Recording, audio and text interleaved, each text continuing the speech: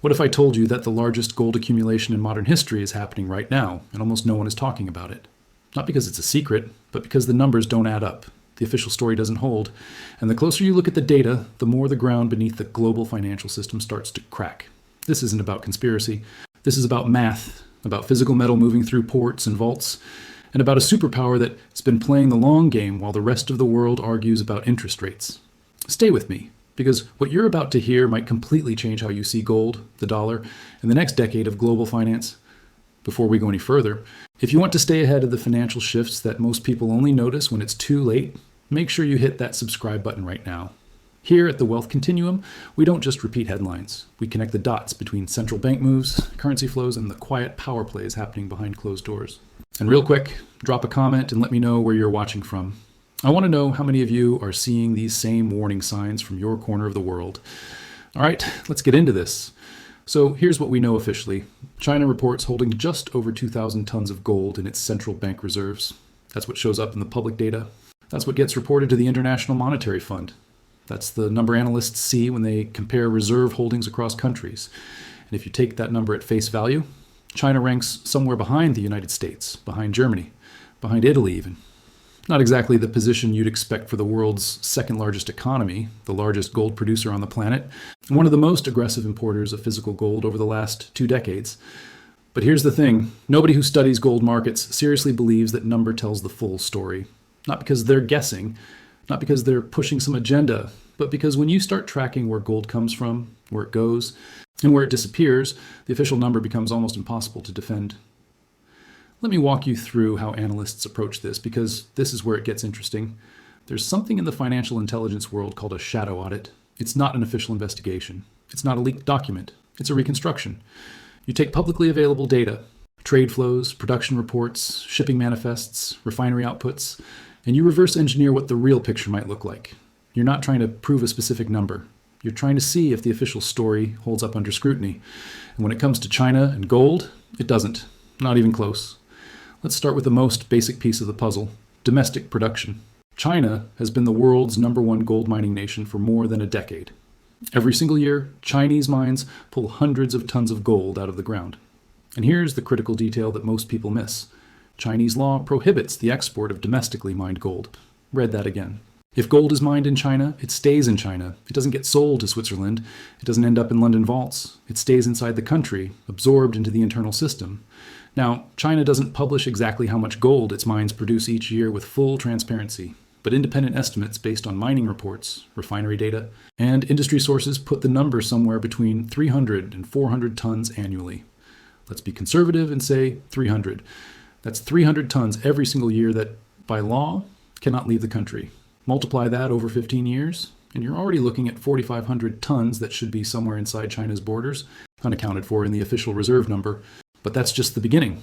Because China isn't just producing gold, it's importing it, massive quantities of it, and not as paper contracts or futures positions, physical gold, bars, coins, allocated metal moving through customs, through Hong Kong, through Switzerland, into Chinese vaults.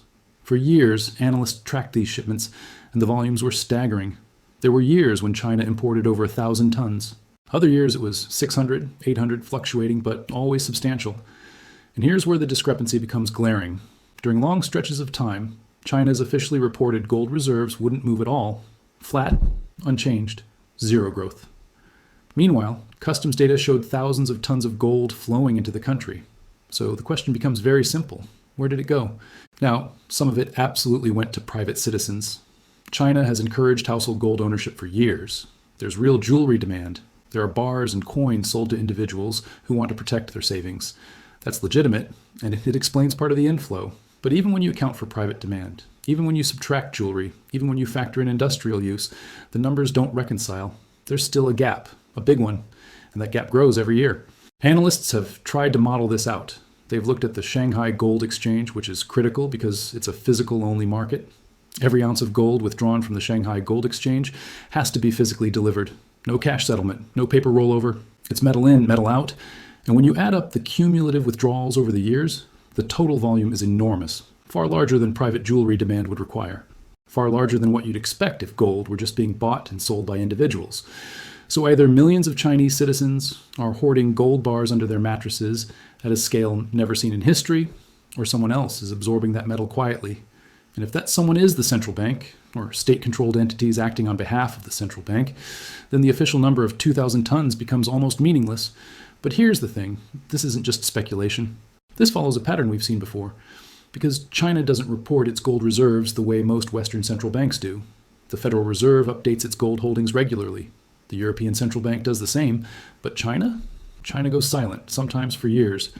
Then, out of nowhere, it announces an increase, a sudden jump. Oh, by the way, we actually have 300 more tons than we said last time. And the way those updates happen suggests the accumulation wasn't sudden.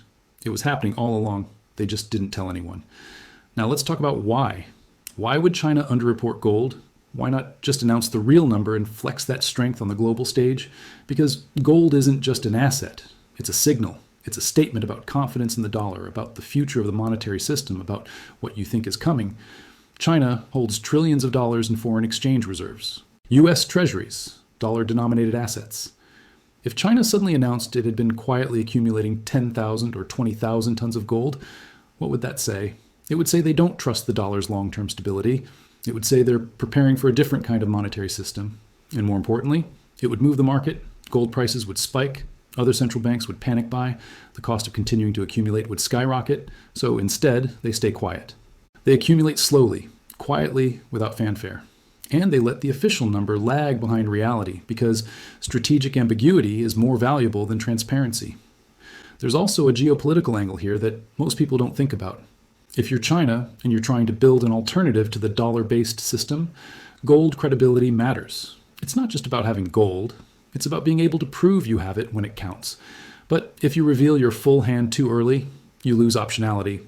You tip off your competitors, you invite scrutiny, you create pressure you don't need, so you wait. You accumulate, you stay silent. And when the time comes, when the system is under stress, when confidence in fiat currencies is shaking, that's when you reveal your position. Not before. Now I know what some of you are thinking. You've heard the big numbers. 10,000 tons, 20,000 tons, maybe even 30,000. And you're wondering, are those real? Let me be very clear about this. Those numbers are not confirmed. They're not facts.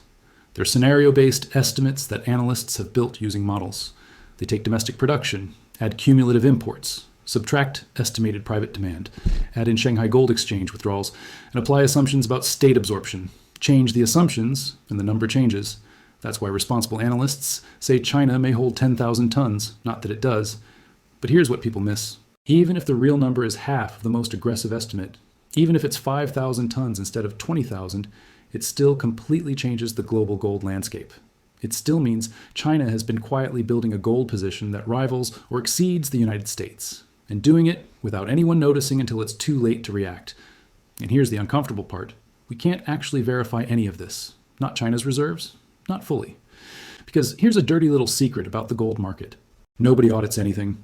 The United States hasn't conducted a full, independent audit of the gold in Fort Knox in decades. The last comprehensive audit was in the 1950s. Since then, nothing. Just trust us, it's there. The German Bundesbank tried to repatriate some of its gold from the Federal Reserve a few years ago, and it took years longer than expected, with some bars returned showing refining dates that didn't match the original deposits. The Bank of England holds gold on behalf of dozens of countries, but the reporting is opaque. We don't know how much is leased, how much is rehypothecated, how much is actually sitting in the vault versus promised in contracts. The entire global gold system runs on trust, not transparency. So when people say China is hiding gold, the real question is, compared to who? Everyone is hiding something. Everyone is operating with incomplete information. The difference is China isn't pretending otherwise. They've never claimed their reserves are fully transparent. They've never invited independent audits. They've made it clear that gold is a strategic asset, and strategic assets don't get advertised. Meanwhile, Western central banks and bullion banks are playing a shell game with leased gold, paper claims, and fractional reserve structures that would collapse if everyone asked for physical delivery at once. China is just doing the same thing, but with less pretense. Let me give you a thought experiment. Imagine tomorrow, China announces it actually holds 15,000 tons of gold.